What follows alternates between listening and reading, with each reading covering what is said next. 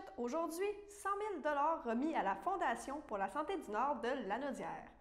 Donc, bonjour à toutes et à tous, ici Chloé Lemont au pupitre pour ce bulletin d'information du 22 octobre sur les ondes de CTRB, votre télévision régionale. Donc, commençons le bulletin d'information avec un avis d'ébullition préventif à Sainte-Geneviève de Berthier. Donc, suite à un bris d'aqueduc, nous avons Sainte-Geneviève de Berthier a procédé à des travaux sur leur réseau. Les adresses suivantes sont en avis d'ébullition préventive 675 à 741 rue de la rivière Bayonne Sud et Laurent du Fer à cheval. Maintenant, allons du côté de Joliette. Donc, plus tôt aujourd'hui, au Musée d'art de Joliette, la FADOC de la région de Lanaudière a tenu un bilan du projet Motive en forme. Tout d'abord, voici les mots de la présidente Luce Gervais. Ce programme a pris naissance en novembre 2020 grâce à une subvention de Québec Amis des aînés pour soutenir et accompagner toute personne de 50 ans et plus qui souhaite maintenir ou améliorer sa santé, et ce, gratuitement. Ce programme motivationnel correspond totalement à la mission du réseau FADOC, qui est de conserver et d'améliorer la qualité de vie des aînés de 50 ans et plus. En cette période de turbulence, la pandémie, ce programme a été mis en place juste à point. Une agente de développement a été embauchée pour le mettre en place pour une période de 2 ans. Ensuite, voici un extrait de ce bilan. J'aimerais maintenant vous présenter un survol des atteintes du programme Motive en forme, les effets et le rayonnement du programme, la mise en place de nouvelles habitudes saines de vie et un aperçu sur la satisfaction globale. Depuis ses débuts, le programme d'accompagnement Motive en forme a répondu à près de 500 demandes, créé plus de 75 jumelages entre participants et alliés santé, lesquels ont été en mesure de prendre jusqu'à parfois 3 participants simultanément. Considérant que la période d'accompagnement qui a été mentionnée tout à l'heure est de 6 mois, nous remarquons qu'environ 70% des participants ont conservé l'accompagnement de l'allié santé pour 6 mois, tandis qu'en part quasi équivalente de 15%, nous observons que les participants ont été en mesure d'accomplir leur objectif dans un délai de 1 à 3 mois et 3 à 5 mois. Concernant le type de suivi, alors que Motive en forme s'adresse à la santé physique ainsi qu'à la saine alimentation, les participants ont démontré un intérêt plus marqué pour le programme visant l'amélioration de la santé physique, auquel ils ont induit, par réflexe instinctif, un régime alimentaire. Le programme d'accompagnement visant l'amélioration des habitudes alimentaires a, quant à lui, retenu un profil de participants différents, ayant pour seul objectif d'améliorer leur régime alimentaire. Par rapport aux effets globaux, nous pouvons dire que 95% des participants ont pu remarquer des effets positifs sur le programme Motive en forme sur eux et sur leurs nouvelles habitudes saines de vie. Les bénéfices les plus significatifs sont d'avoir un sommeil de meilleure qualité, avoir plus d'énergie, une meilleure estime de soi, une diminution du stress, ainsi qu'une diminution des douleurs musculaires et articulaires. Les participants résument les effets comme un plus grand bien-être en général. Concernant la part des alliés santé, 100% des participants reconnaissent la pertinence, mais surtout l'importance de l'accompagnement et du soutien motivationnel apporté par leurs alliés santé durant la période de changement. Dans une évaluation de satisfaction du programme, sur une échelle de 1 à 10, les participants et les alliés santé ont répondu sur cette échelle une réponse de 7 et plus, donnant une moyenne de satisfaction de 9,2 sur 10. Nous pouvons donc dire que la majorité des participants sont très satisfaits et qu'ils ont apprécié leur expérience Motive en forme. Finalement, relativement au maintien des nouvelles habitudes saines de vie, un sondage complété par les anciens participants ayant complété leur programme individuel permet d'inscrire un taux de 50% sur leur capacité à maintenir en totalité les habitudes qu'ils ont développées et un taux de 41,7% pour les maintenir partiellement. En résumé, nous pouvons noter un taux de réussite à 92% sur l'ensemble des améliorations et des objectifs de nos participants. J'adopte de saines habitudes de vie depuis plusieurs années et j'ai de la motivation à revendre. Alors le projet Motive en forme est tout désigné pour moi. En faisant partie de l'équipe d'Alliés Santé, j'ai l'opportunité de promouvoir une cause qui me tient à cœur, de rencontrer des nouvelles personnes et de faire une réelle différence dans leur vie. Le bénévolat me permet de développer mes compétences, ma créativité et mon estime personnelle. Il me permet aussi de... Nous aimerions déployer ce programme-là dans les autres FADOC des autres régions. Alors, c'est ça l'objectif. On l'a bâti de cette façon-là pour que en fait, on est 16 régions FADOC, pour qu'ils puissent prendre ce programme-là et le mettre en place dans leur région. Alors, c'est aussi un objectif qu'on a là, qui est cher pour nous.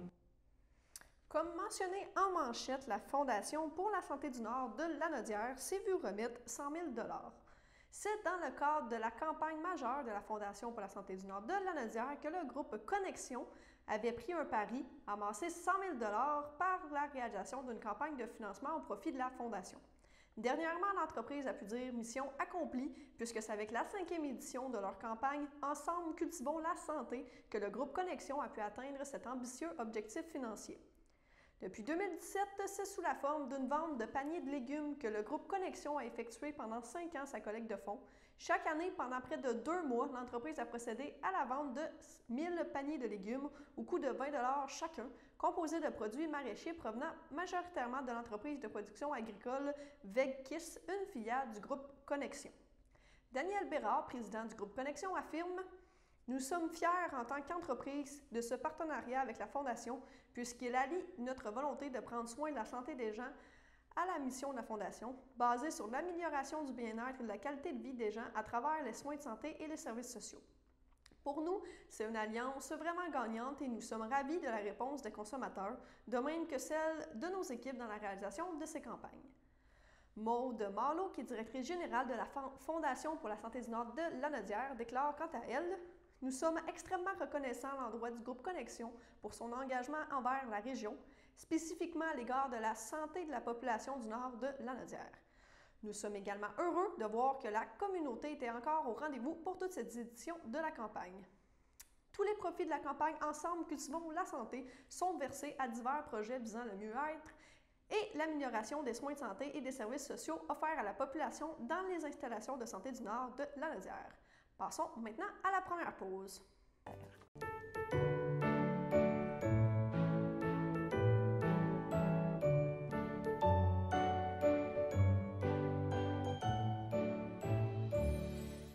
Donc, pour les anniversaires en cette fin de semaine, pour le 22 octobre, il n'y en a pas. Pour le 23 octobre, la FADOC de l'île du Pas souhaite un joyeux anniversaire à Daniel Provost et à Christian Piette, et l'Association des personnes handicapées secteur Berthier souhaite un joyeux anniversaire à Robert Picard. Pour le 24 octobre, la FADOC de l'île du Pas souhaite un joyeux anniversaire à Manon Dumontier et l'Association des personnes handicapées secteur Berthierville à Éric Bombardier. Donc, si c'est votre anniversaire aujourd'hui ou cette fin de semaine, bon anniversaire de toute l'équipe de CTRB. Maintenant, on continue notre remise de prix Denise Lachance-Trudel. Donc, comme souligné dans les derniers jours, la remise de prix Denise Lachance-Trudel a eu lieu cette semaine. C'est maintenant au tour du groupe Déclic et Truel de donner leur prix. On les écoute. Bonjour. Déclic est un organisme qui croit en chaque personne et en ses compétences. Aujourd'hui, nous voulons reconnaître les efforts d'une personne impliquée dans la démarche des petits succès et en équipe pour la lecture. Le prix Denise Lachance-Trudel nous permet de valoriser les efforts et la détermination d'une maman. Ce qui la caractérise, elle est à l'écoute des besoins particuliers de Léa. Elle cherche des réponses et des solutions pour répondre aux difficultés d'apprentissage de sa fille. Elle s'implique pour le bien-être de son enfant en classe afin de faciliter sa réussite scolaire. Avec son propre retour aux études, elle est un beau modèle de persévérance pour ses enfants.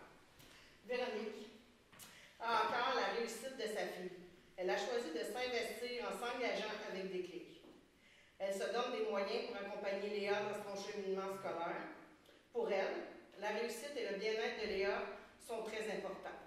Travaillante, déterminée et organisée, elle fait tous les efforts nécessaires pour accompagner sa fille et lui faire des réussites.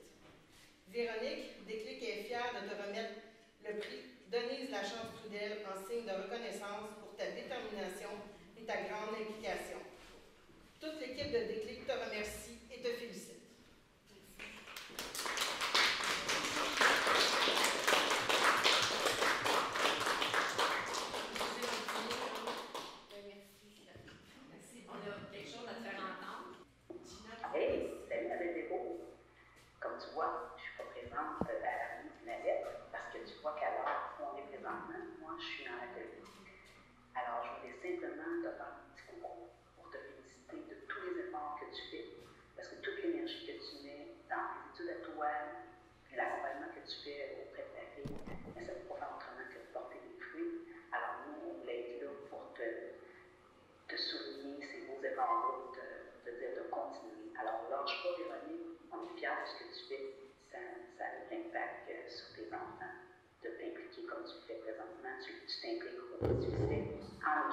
Puis ça depuis quelques années.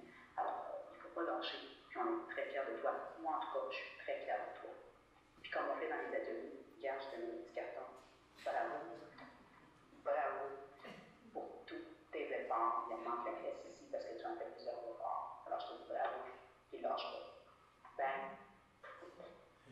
Bonjour tout le monde.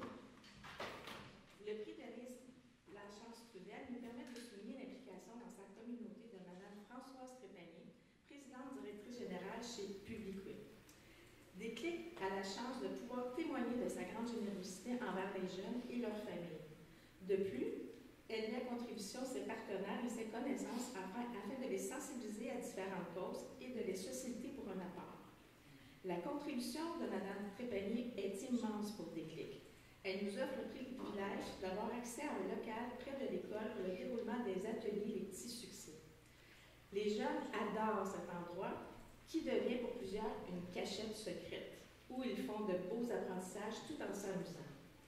Nous débutons notre 4e année de collaboration avec Mme Trépanier. Son accueil chaleureux, sa participation à la vie communautaire en font un bel exemple de bienveillance.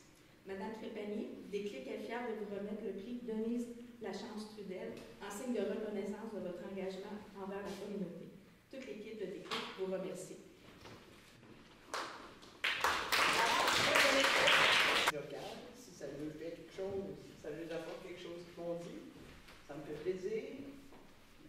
Merci, merci beaucoup. Mais pour vrai, au nom de tous les gens qui participent aux ateliers, vous avez réagi quand vous avez dit une petite cachette secrète, mais c'est des mots qui viennent de nos jeunes. Pour eux, ils ont une place privilégiée où ils peuvent être eux-mêmes. Ils font des apprentissages en ayant du plaisir, mais c'est tellement immense, vous ne pouvez pas savoir l'impact que ça a sur eux. Je suis très contente. Ça leur fait quelque chose. Oui, je suis garantie. Contente, ça me fait plaisir, en tout cas. Ben, je ne ferai pas de longs discours parce que je ne pensais pas avoir à parler en avant. Ma collègue n'avait pas dit ça. Sinon, je me serais plus préparé. Mais nous autres, à Truel, on croit en empowerment. C'est quoi l'empowerment? C'est donner le pouvoir de changer les choses aux personnes qui pensent qu'ils ne sont plus capables de changer les choses. Là, j'ai beaucoup d'émotions parce que son regard me fait pleurer.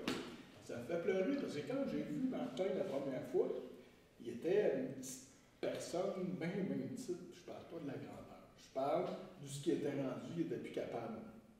Puis on a cru en lui. Puis ça fait penser qu'il est en train de s'en sortir. C'est super comique. Je pensais pas pleurer après-midi. M'avoir préparé, j'aurais été capable de chercher les meilleurs mots, mais je pense que le sentiment, il est là. Puis on est fiers de toi, Martin, dans les progrès que tu fais. Puis Truel, justement, c'est pour ça qu'on est dans l'empowerment, c'est pour ça qu'on veut redonner le pouvoir d'agir aux gens, parce que ces personnes-là font des fleurs merveilleuses. Merci.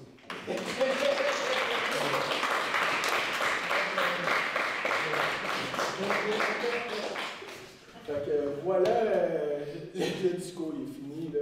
Je vais t'en remercier, Richard. Puis, c'est grâce à toi, pareil, je suis là, puis à Audrey. Hein? Fait que, on va continuer. Oui, Faites-moi pleurer encore. Non, mais c'est bien gentil, puis c'est grâce à vous autres que je suis rendu, je suis là. C'est grâce à toi. Nous autres, on était juste un petit moteur.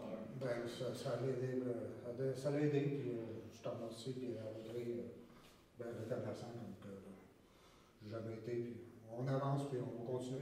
Hein? Merci encore, puis merci pour tout le monde.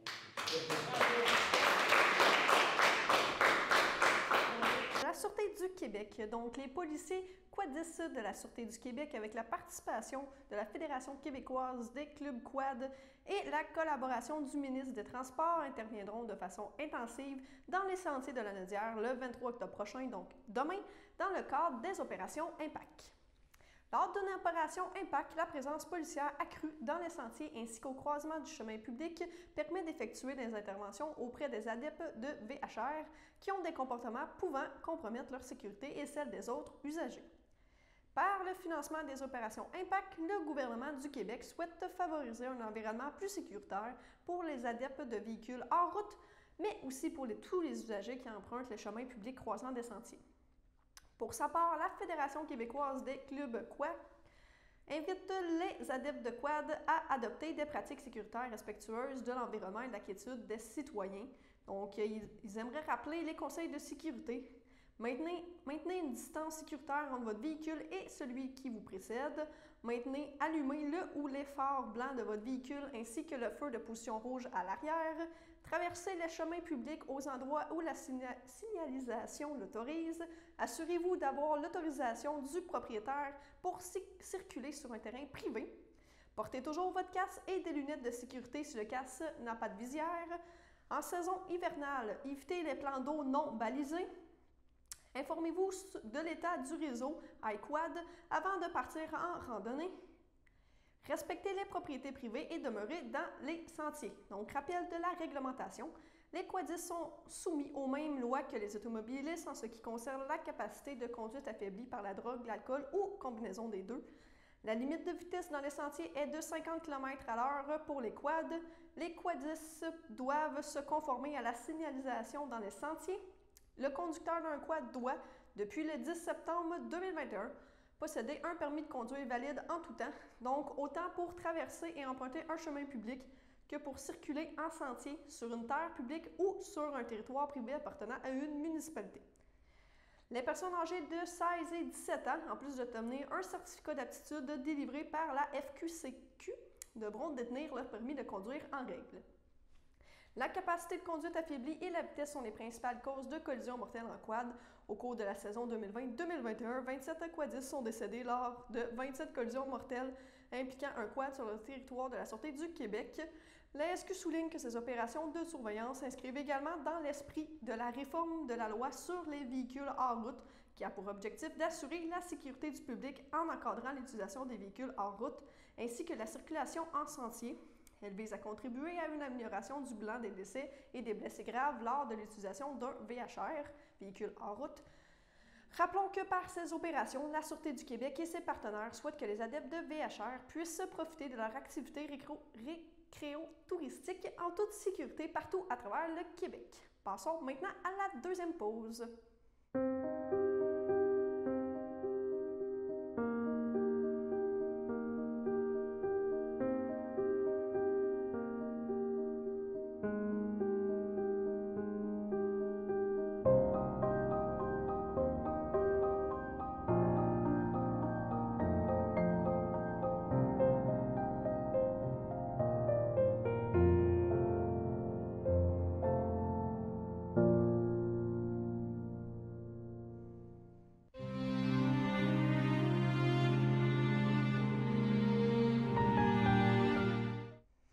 À son domicile le 9 octobre 2021, à l'âge de 46 ans, est décédé Martin Deschênes, fils de Francine Sylvestre et fils de Marcel Deschênes. Janine Bourgault demeura à Saint-Cuthbert. Il laisse dans le deuil, outre ses parents, son ami de cœur, Vicky Bérard, ses frères et sa sœur, Éric Deschênes, Caroline Rousseau, Patrick Deschênes, Julie Poirier, Nancy Deschênes, Patrick Garceau, ses neveux, Philippe et Julien Deschênes, Maxime Sylvestre et Théo Beaufort, ainsi que plusieurs oncles, tantes, cousins, cousines, autres parents et amis. La famille vous accueillera ce soir, donc vendredi 22 octobre, dès 19h au complexe funéraire F. Thériault à Berthierville. Suivra une cérémonie à la chapelle du complexe à 21h.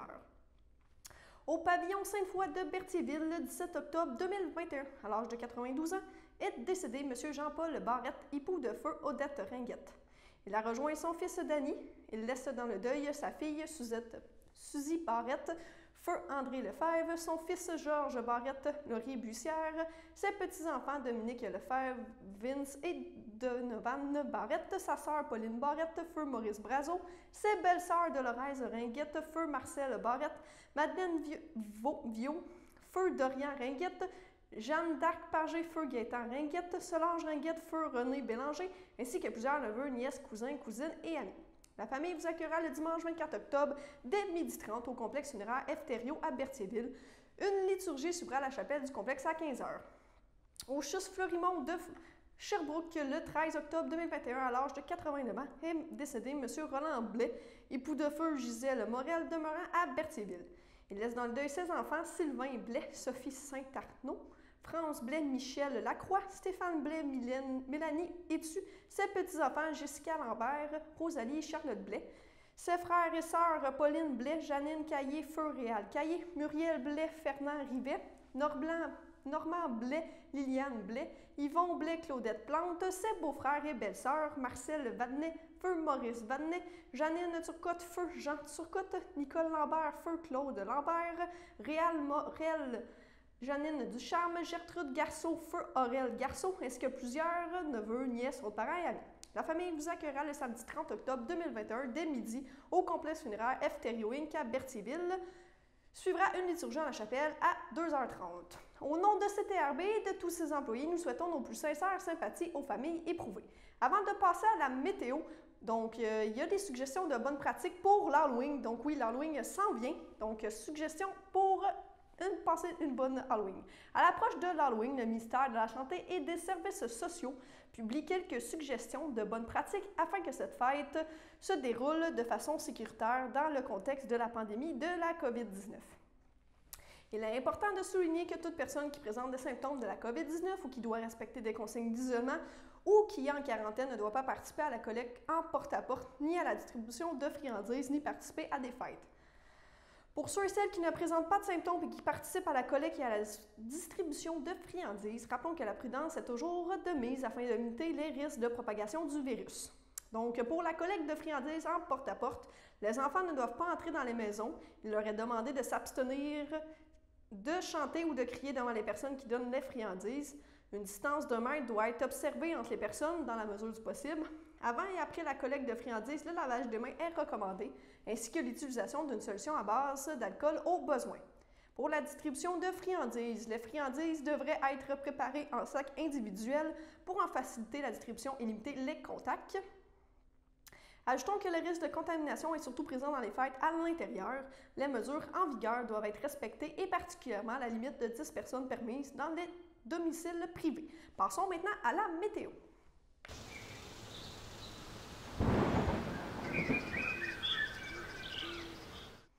Donc, pour la météo, cette fin de semaine, donc pour vendredi soir, comme on peut le voir derrière moi, c'est un risque d'averse, donc température de 6, température ressentie de 3. Si on passe à vendredi nuit, donc cette nuit en soi, c'est nuageux avec éclaircies, c'est température de 3, température ressentie de 0. Ensuite, samedi matin, c'est plutôt nuageux, donc température de 3, température ressentie de 0. Comme on peut voir, les probabilités de pluie sont de 30%. Samedi après-midi, c'est plutôt nuageux encore une fois, donc ça va être un samedi matin plutôt déprimant. Donc, température de 8, température ressentie de 7. Pour dans la nuit de samedi à dimanche, c'est encore une fois passage nuageux, température de 2, température ressentie de -1, donc on passe sous les zéros. Pour dimanche matin, donc ensoleillé avec passage nuageux, température de 2, température ressentie de -1. Pour dimanche après-midi, c'est ensoleillé toujours avec passage nuageux. Et donc là, la température monte à 11, température ressentie à 10. Et pour dimanche soir, c'est risque d'averse, donc température à 6, température ressentie 4. Il y a 40% de probabilité de pluie, donc environ moins de 1 mm, comme vous pouvez le voir derrière moi. Et pour dans la nuit de dimanche à lundi, donc température de 2, c'est des risques d'averse. Température de 2, température ressentie de 0. Et encore là, c'est moins de 1 mm de pluie. Passons à une nouvelle du côté du Conseil central de Lanaudière. Donc, c'est comme suit. Les préposés en retraitement des dispositifs médicaux, donc PRDM, de Lanaudière se mobilisent pour exiger du gouvernement qu'il règle enfin leur plainte de maintien de l'équité salariale. Les PRDM de la Fédération de la santé et des services sociaux demandent au gouvernement de mettre fin à la discrimination salariale qui perdure et aggrave le manque de personnel pour ce type d'emploi névralgique. La FSSCSN représente la vaste majorité des PRDM au Québec. Celle-ci se mobilise aujourd'hui aux côtés du syndicat des travailleuses et des travailleurs du CIE-3S de Lanaudière. La reprise des chirurgies suite à la pandémie passe inévitablement par les PRDM qui sont responsables de stériliser les équipements pour les interventions chirurgicales et médicales. Sans leur contribution, il est impossible de penser rattraper le retard des chirurgies. Le gouvernement a une occasion en or de reconnaître l'évolution de l'emploi, leur contribution et ainsi travailler à attirer et retenir les PRDM dans le réseau. Il doit régler la plainte de maintien de l'équité salariale de 2010. Simon Deschênes, qui est président du syndicat des travailleuses et des travailleurs du CIE-3S de Lanaudière, explique « Cette journée d'action est un rappel important au gouvernement. La patience des PRDM a ses limites. Elle se mobilise pour dire au gouvernement que c'est maintenant qu'il doit agir pour mettre fin à l'hémorragie. Il doit s'asseoir avec nous pour régler le maintien et l'équité salariale. » Donc, c'est complet pour votre bulletin d'information. Bonne fin de journée, bonne fin de semaine et on se retrouve lundi.